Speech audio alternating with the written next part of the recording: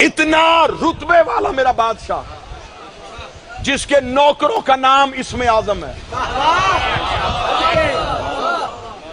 سخی میں نے اکثر جگہوں پہ لوگوں کو یہ کہتے سنا ہے علی کا نام اسم اعظم ہے. علی تو اسم حسنہ ہے، اسم اعظم تو ہے علی کے نوکروں کے نام. جو کام تم علی کی دہلیز سے جا کے چھوٹے چھوٹے سوال کرتے ہو وہ تو ان قدموں پہ بھی جھکو تو وہ جواب مل جائے گا. اب علی کے نوکروں کا نام اسم اعظم کیسے؟ میرے اہل سنت بھائیوں کے ہاں بہت عزت کی نگاہ سے دیکھا جاتا ہے انہیں. شیخ عبد القادر جیلانی، ان کی اپنی تصنیف شدہ کتاب ہے غنیۃ الطالبین. اس کے پہلے صفحے میں انہوں نے اپنے اساتذہ کا شجرہ لکھا ہے کہ میں نے کہاں کہاں سے سیکھا ہے. انہوں نے کہا میرے استاد ہے جنید بغدادی، جنید بغدادی کے استاد ہے سرئی سکتی، سرئی سکتی کے استاد ہے کرنی، کرنی کے استاد ہے معروف کرخی. جو انہوں نے معروف کرخی آخر پہ نام لکھا ہے وہ میرے امام رضا کماشکی ہے. میں لاہور شہر میں مائک پہ کہہ رہا ہوں 14 سال پانی بھرا ہے اس نے، صرف پانی بھرتا ہے. ماشکی ہے میرے مولا کا. مامون سمندر کے سفر پہ جا رہا تھا، اس نے اپنے ایک سپاہی سے کہا جا امام رضا سے کو دعا لکھوا کے لے کے آ، اگر کہیں سمندر میں طوفان آ بھی جائے. اچھا حکومت خود کرتے تھے، دعائیں مولا سے لکھواتے تھے.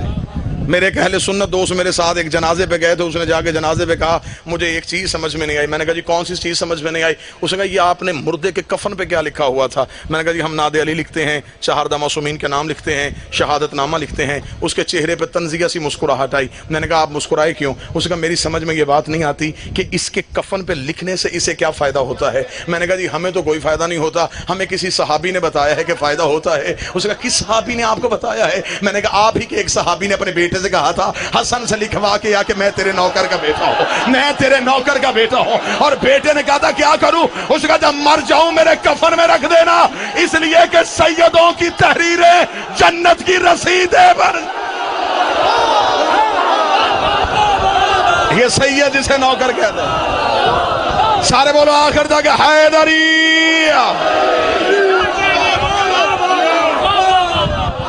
یہ سیدوں کی تحریر جنت کی رسیدیں ہوتی ہیں، جنہیں یہ باقر شاہ نوکر کہہ دیں، جنہیں یہ مرشد غلام کہہ دیں، جنہیں یہ کہہ دیں کہ یہ ہمارا ہے. پھر حساب کیسا، پھر کتاب کیسی. اس نے کہا لکھوا کے لیا میرے 8ویں بادشاہ. اب وہ جو سپاہی آیا تو اس نے دربار کے دروازے پہ معروف کرخی سے ملاقات. اس نے کہا امام رضا کیوں آیا بھائی؟ اس نے کہا مامون نے بھیجا ہے دعا لکھوانے کے لیے.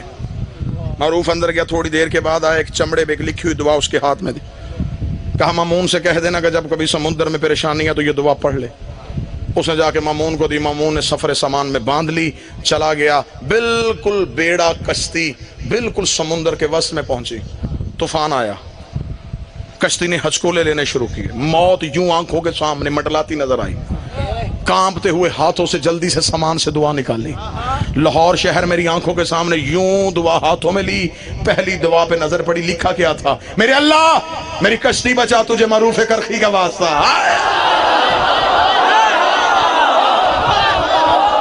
جو کہتے ہیں سیدوں کی غلامی میں کچھ نہیں ملتا، میری کشتی بچا، تجھے معروف کرخی کا واسطہ. ہسکولے لیتی ہوئی کشتی میں اس نے غلام کو بلا کے کہا کس سے لکھوائی دعا؟ ملاقات ہوئی امام سے. اس نے کہا امام سے ملاقات نہیں، دروازے پہ معروف کھڑا تھا. یوں دعا کو غصے میں بند کر کے سمندر میں پھینکا. جو ہی دعا کا سمندر پہ آنا تھا لہروں میں سکوت آیا. ڈوبتی ہوئی کشتی کنارے پہ آئی. آنکھوں میں خوشی کے آنسو آئے. مامون فوراً دربار میں پہنچا, تخت پہ بیٹھ کے اس نے کہا باقی حصہ بعد میں ہوگا, سب سے پہلے معروف کو بلایا جائے. معروف کو بلا کے سامنے کھڑا کیا گیا. اس نے کہا سزا تو تیری بہت بڑی ہے کہ تو نے بادشاہ وقت کے ساتھ دھوکہ کیا ہے, قتل تجھے بعد میں کرواؤں گا, بیڑیاں تجھے بعد میں پہناؤں گا, زنجیریں بعد میں پہناؤں گا, پہلے مجھے بتا تیرے پاس وہ اسم اعظم کون سا ہے, تو نے چلہ کون سا کیا ہے, تیرے پاس وظیفہ کون سا ہے, تجھے امام نے کون سا عمل پڑھنے کے لیے دیا ہے جس کی وجہ سے تیرے نام میں اتنی تاثیر آ گئی ہے. معروف کرخی نے مامون کی آنکھوں میں آنکھیں ڈال کے کہا 14 سال ہو گئے ہیں مجھے بطول کے بیٹے کا پانی بھرتے ہوئے, اور 14 سال میں دن میں کئی بار کہتا ہے معروف مصلی لا, معروف پانی لا, معروف وضو کروا. اتنی بار اس کی زبان سے میرا نام نکلتا ہے, اب بھی میرا نام مشکل کشائی کے لیے نہیں, جو وہ لے لیں وہ مشکل کشا ہو جائے. زامن آہو, زامن روز جزا, زامن کائنات, مشہد میں توحید کا دفتر, 8 دروازے, تحد نگاہ صحن. مشہد جا کے سینہ فخر سے چوڑا ہوتا ہے کہ ہم کسی شہنشاہ کے نوکر ہیں. جب جوتے سنبھالنے والوں کی لائنیں, بچھا ہوا وسیع دسترخوان, جو بیٹھے ہیں, میں دل سے ممبر پہ دعا دے رہا ہوں فقراء کی موجودگی میں, اسی سال میرا مالک تمہیں مشہد لے کے جائے. زندگی میں ایک بار مشہد ضرور جانا, وہاں جا کے آنکھوں سے دیکھو کتنا آباد ہے محمد کا بیٹا, صحنوں سے کلینوں سے گزرتے ہوئے. جب برآمدوں میں جاؤ, خوشبو کے حیدر عزیز صاحب جھونکے, پہلی نظر بادشاہ کی زری پہ پڑے, سونے کا گنبد, سونے کے دروازے, چاروں طرف امیری, آنکھوں میں ہوتے ہیں خوشی کے آنسو. جب بندہ زیارت کی کتاب اٹھاتا تو پہلی سطر جگر چیر دیتی ہے جس پر لکھا ہوتا ہے السلام علیکہ یا غریب الغربا.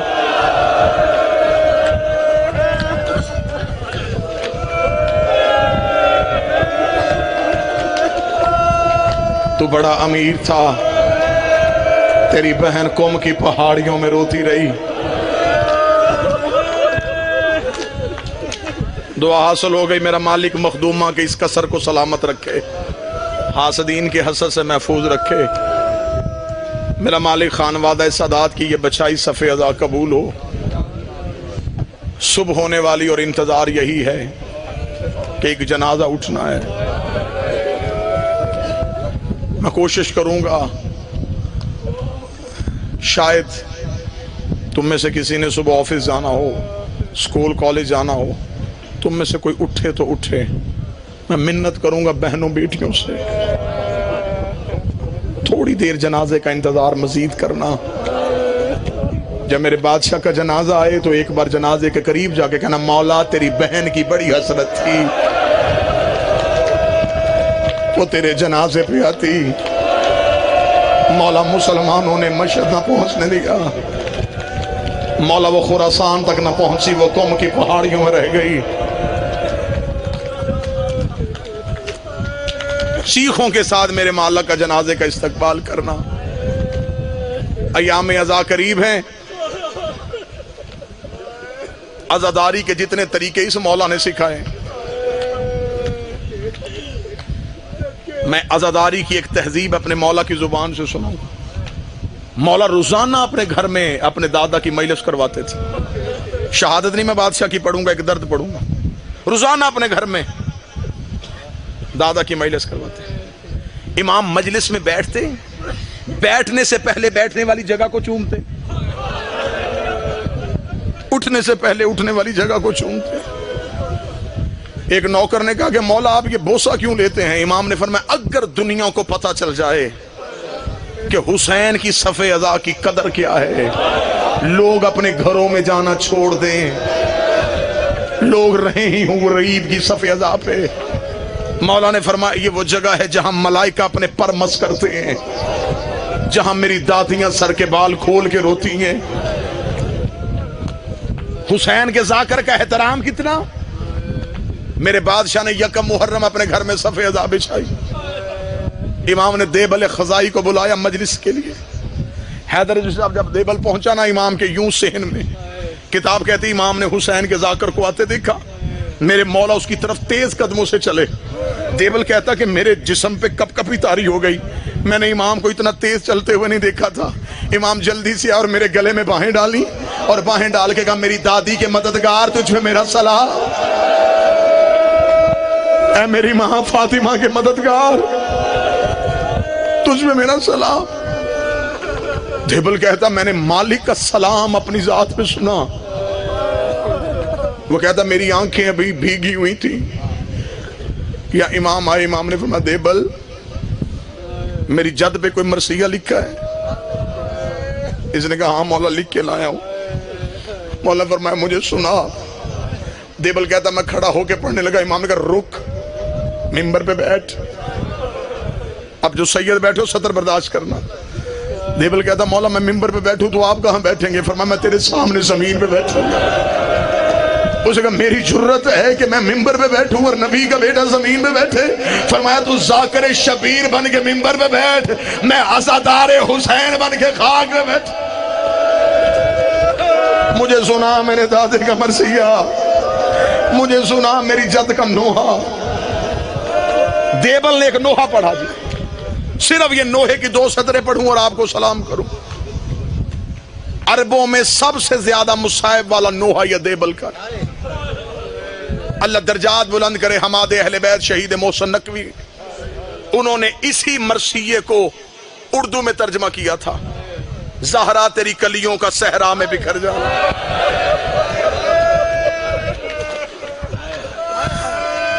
سجاد یہ کہتے تھے معصوم سکینہ سے، عباس کے لاشے سے چپ چاپ گزر جا۔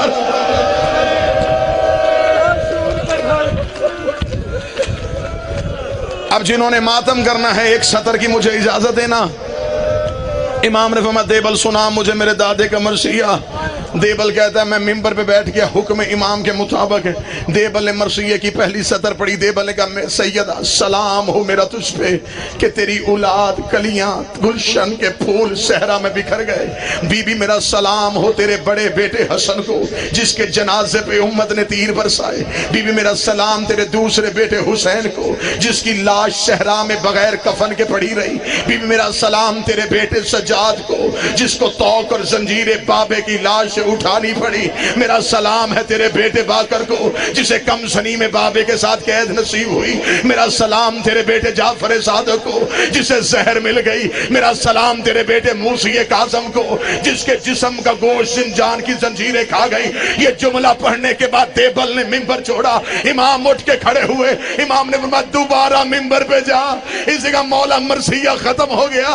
امام نے فرمایا 1 شعر میری طرف سے اضافہ کر دے۔ دیبل نے کہا مولا وہ کون سا؟ امام نے کہا کہ زہرا میرا سلام تیرے اس بیٹے پہ جو توس میں اکیلا دفن ہو جائے گا۔ اتنا کہنا دیبل تڑپا، رو کے دا مولا مجھے تو نہیں پتا زہرا کا کوئی بیٹا توس میں بھی دفن ہے۔ امام نے گریبان کو پھاڑا، رو کے کہا یہ تیرا غریب امام ہے جو توس میں اکیلا دفن ہو جائے گا۔ ادھر دیبل نے شعر پڑھا یا ادھر سے کنات پھٹی، ایک سفید سر والی ضعیفہ روتی ہوئی باہر آئی، رو کری دیبل ممبر سے اترا، جب سے تو نے رضا کی شہادت پڑھی ہے کبھی کوئی بہن بے ہوش ہوتی ہے، کبھی کوئی بہن بے ہوش ہوتی ہے۔ سب سے چھوٹی فاطمہ رو رو کے کہہ رہی ہے اسے کہہ ہمارے سامنے ہمارے بھائی کی شہادت نہ پڑھ۔ میں آج کی راتوں بی بی تیرے سامنے صرف بھائی کی شہادت کا شعر پڑھا، تو بے ہوش ہو گئی۔ ہائے زینب سر پہ قرآن رکھ کے قاتل سے کہتی رہی نہ مار، میرا 3 دن کا پیاس